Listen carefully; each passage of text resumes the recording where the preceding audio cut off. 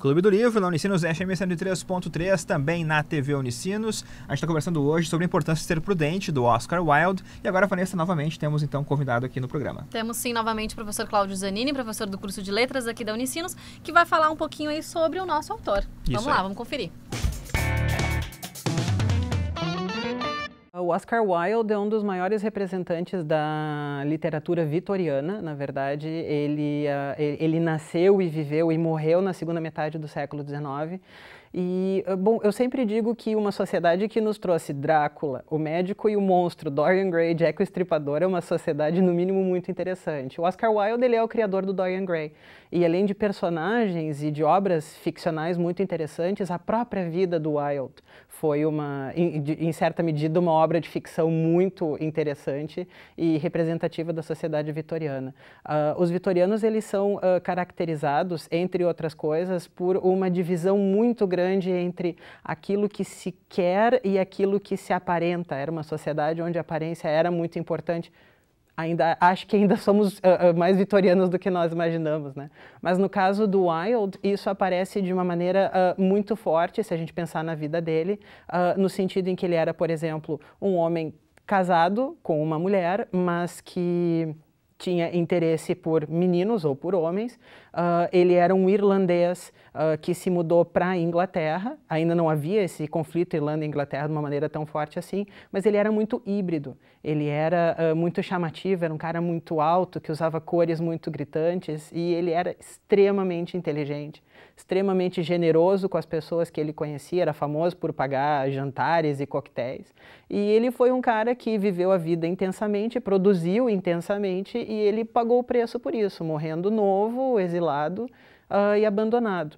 Isso por um lado. Por outro lado, o lado infeliz. O lado feliz é que ele nos deixou um legado, através da sua obra, que não tem preço. Clube do Livro, na Unicinos FM 103.3, também na TV Unicinos. A gente continua agora então falando sobre a trama. E a gente está naquele momento também que a gente sabe que alguma coisa vai acontecer de errado, né? Porque, afinal de contas, a Cicely e a Gwendolyn se encontram e a gente entende, né, que muita coisa pode acontecer porque, afinal de contas, tudo que elas sabem é mentira, né? Uma confusão está instaurada. A gente está ainda no segundo ato, né, da obra, Rodrigo. E o que acontece? Bom, a Cicely conhece, então, o Prudente e já se desnoiva dele, ele já aceita, porque, afinal de contas, quem está encarnando o Prudente é o Algernon, que está interessado na Cicely, então ele aceita toda aquela situação. E a Gwendolyn acaba conhecendo a Cicely e é engraçado a hora que elas se conhecem, assim, porque parecem, nossa, que elas já são super amigas e elas se gostam de Cheio cara. de mesuras e tal. Não, e elas falam umas coisas assim de, ai, né? Já gosto de você antes de te conhecer. Nossa, uma rasgação de seda total. Teremos uma amizade muito linda, muito, né, muito fundamentada. Muito, com certeza. Até que não demora muito pra Cicely comentar, né, que o Jack, no caso, tinha um irmão, o Prudente, e a Gwendolyn fala, bom, mas eu nunca soube desse irmão. Daí a Cicely fala, não, mas é que parece que eles não andam se dando muito bem ultimamente. Ah, tá, então tá explicado porque que ele nunca me contou, deve ser por isso, ok, né? Na verdade, ele tava querendo se desfazer dessa figura do irmão aí, parar com essa mentira. E aí, o que acontece? A Gwendolyn acaba sabendo que a Cicely é o Jack, na verdade, é tutor da Cicely, né? E ela também não sabia dessa situação e elas vão descobrindo outros segredos, entre eles de que Cicely já está noiva de Prudente, super rápido, né? E que, inclusive, ela fala que o jornalzinho ali do condado já ia certamente publicar que os dois estavam noivos. E a Gwendolyn entra em choque, porque, na verdade, naquela manhã, o Morning Post já estaria colocando que ela e o Prudente estariam noivos. Então, aí está uma grande confusão, né? A confusão. Porque, na verdade, é difícil também de entender, né? Não sei se quem está nos ouvindo e assistindo também vai conseguir entender aí esses dois personagens que cada um assume, né? Quer dizer, o Jack também é prudente, gosta da Gwendolyn. E o Algernon, também prudente, gosta da Cicely. E mas as duas fazem acham questão que o nome da pessoa seja Prudente, né? Seja Prudente, exatamente. Assim como a Gwendolyn manifestou ali no início da obra que a gente comentou, de que o sonho dela era se casar com alguém que se chamasse Prudente, né? Porque esse nome era tudo. A Cicely também tinha o mesmo desejo, né, Rodrigo? E daí fica difícil. Então, e nessa cena, por que não temos nem o Jack nem o Algernon por ali? O Jack, ele foi correndo pra igreja. É verdade, batizado. Pra ser batizado. Porque ele não tinha certeza de ser batizado ou não. E ele podia então ser chamado Prudente. Por que não, né? Vamos mudar o nome.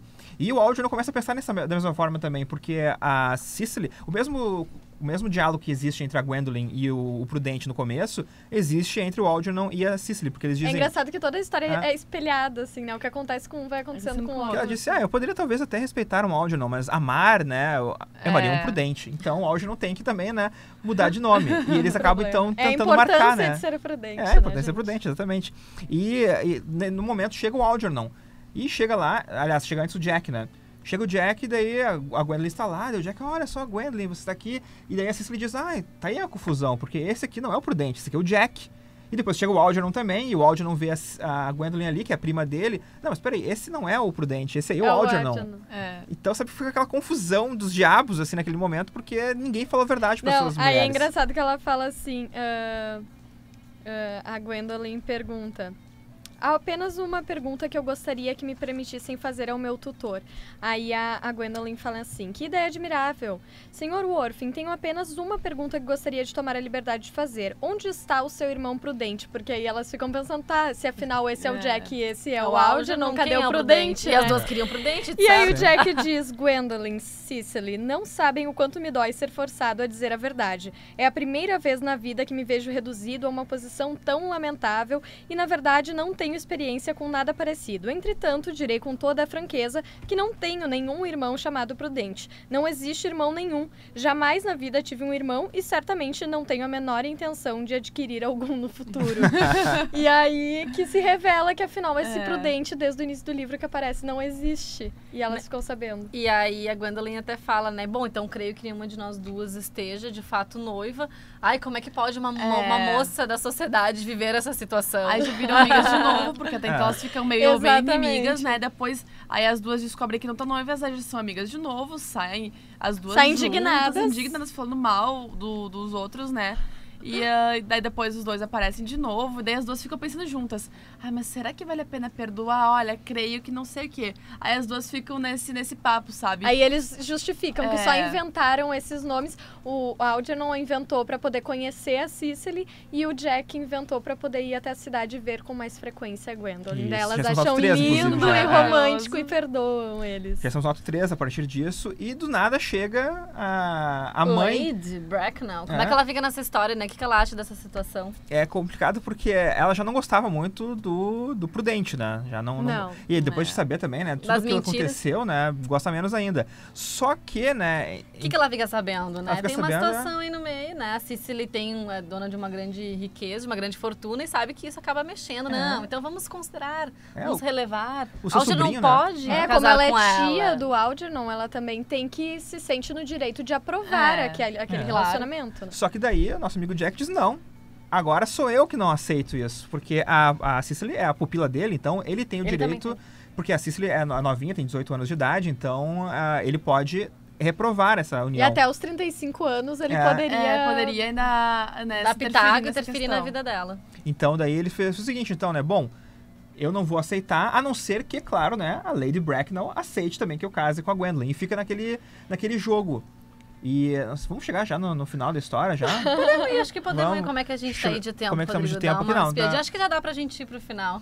Porque existia sempre naquele problema que a Lady Bracknell não queria que o Jack casasse, o Prudente casasse com a sua Gwendolyn, porque ele não tinha, né, um berço. Só que daí, quando chega ali a Senhora Prism, ali na história... É isso que surge.